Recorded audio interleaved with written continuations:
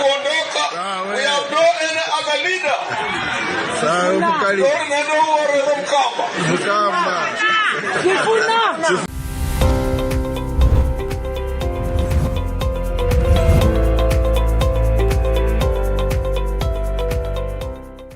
2027 itakuwa mtihani mkubwa kwa Rais Ruto kupata kura.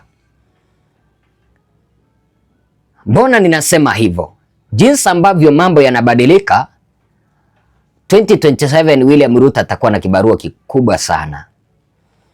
Francis Atwoli, katibu mkuu wa muungano wa wafanyakazi KOTU, amefukuzwa na kupigiwa kelele upande wa western part of Kenya alipojaribu kuuza William Ruto eti kwamba raia wanapaswa kumchagua tena. Unajua,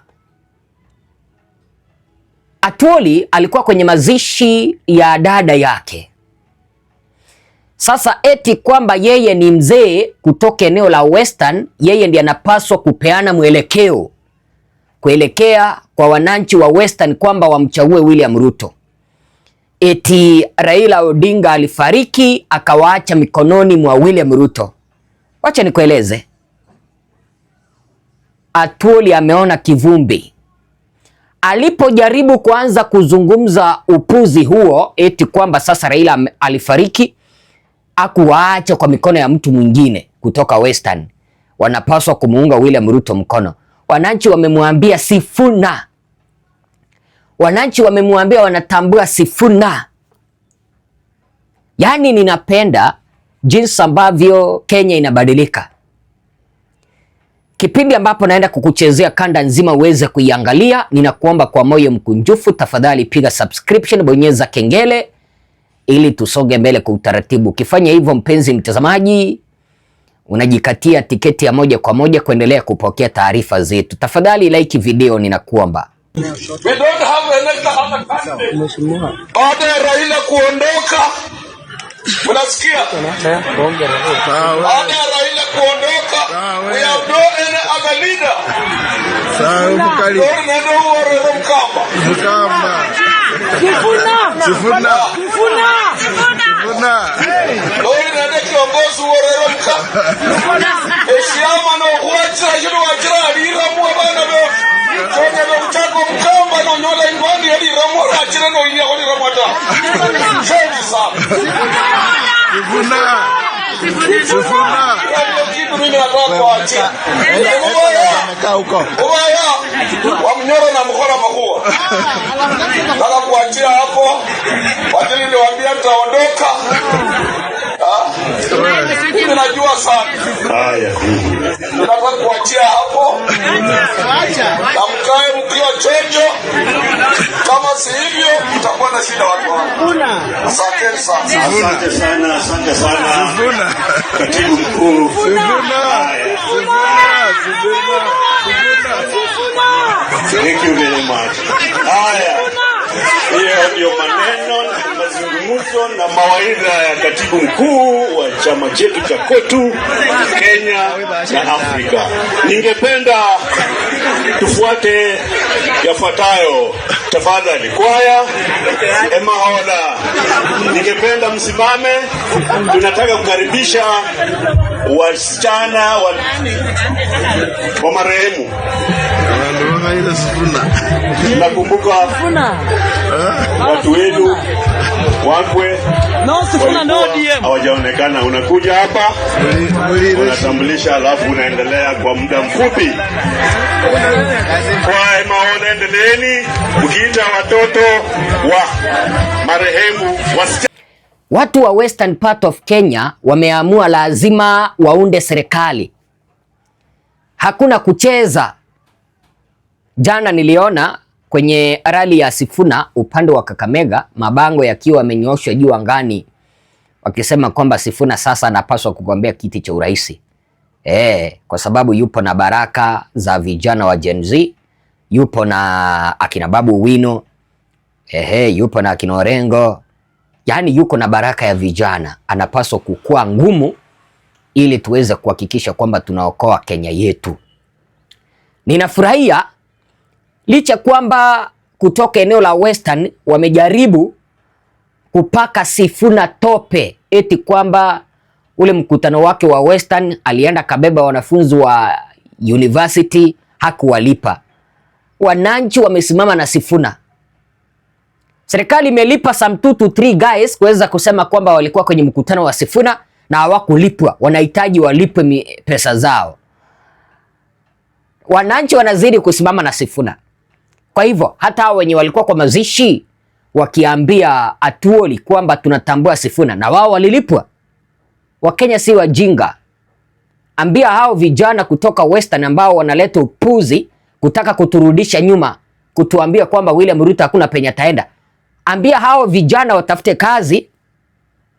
Ambia hao vijana wasome, wa graduate, wakuje na hizo degree hapa nje. Waone kama huyo William Ruto atawapea kazi. Waone kama huyo William Ruto atawapea kazi. Kwa sababu watu ni wengi hapa nje ambao wamesoma hawana kazi.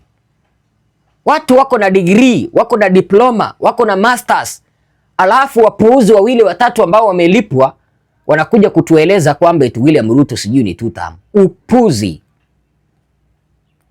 Sasa naomba niweze kukueleza sababu ambazo zimefanya wananchi kumwambia Atuoli kwamba sisi hatutambui hiyo mtu mwenye unatuambia William Ruto, tunatambua Sifuna. Piga subscription tafadhali. Sababu ya kwanza, wazazi ni wengi ambao walikuwa kwenye mazishi. Hao wazazi wako na watoto wao shuleni. Wengine walidanganywa na hii serikali kwamba peleka mtoto shuleni bila ya sare, yani uniform, na hata bila ya school fees. Watoto wamefika shuleni wamerudishwa. Na mtu ambaye alikuwa anawadanganya ndio huyo hapa Atuoli anatetea eti kwamba wananchi waweze kujiunga nyuma ya William Ruto. Wakati umefika tunapaswa kuambizana ukweli bila ya kuogopana. Hii serikali haijaweza kufanya chochote. Na ndio maana wananchi wanaikataa. Rais anasimama anawaambia peleka mtoto shuleni bila uniform, bila ya sare.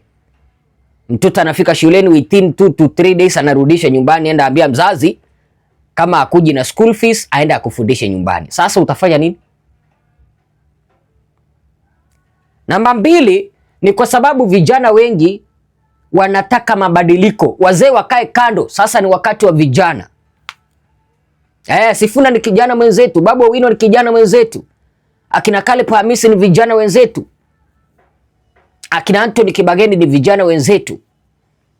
Tukiwa tunaongozwa na senior counsel James Orengo akituambia kwamba hii ndio njia mzuri, pita hapa nenda hapa. Hatutaki hawa wazee akina William Ruto ambao wanatudanganya. Wanapigania maslahi yao tu, familia zao bora zimekula vizuri. Atuoli yeye ni broker. Yeye anataka tu kushout. William Ruto aenda apewa check. Aambiwe check yako ndio hii, peleka kwa benki. These old people wanataka kututumia sisi vijana na akina mama na akina baba ili wao waendelee kupewa check. Waende wacheza akina Alus Mabele. Unajua Atuoli mzee kama huyu atuambia tukae nyuma ya William Ruto. Sijui ni kwake nyumbani wapi, anaitanga mpaka akina sijui ni Lesu Wanyika, akina Samba Mapangala, anawaita tu nyumbani kwake wanamburudisha. Amerelax tu kwa kiti hivi baada ya kusema kwamba Waluya sasa mpigie William Ruto kura. Ana relax kwa kiti, anaona akina Samba Mapangala hapo mbele, anaona akina Alus Mabele hapo wanamuimbia. Huku sisi hatuna kazi. Huku sisi gharama maisha inatulemea. Wao wamesainiwa check, wamepelekwa kwa benki, wameketi tu, wanaendelea kukula hapo mbele. Hapana.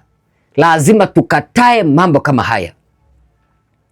Western part of Kenya, huu ni wakati wenu.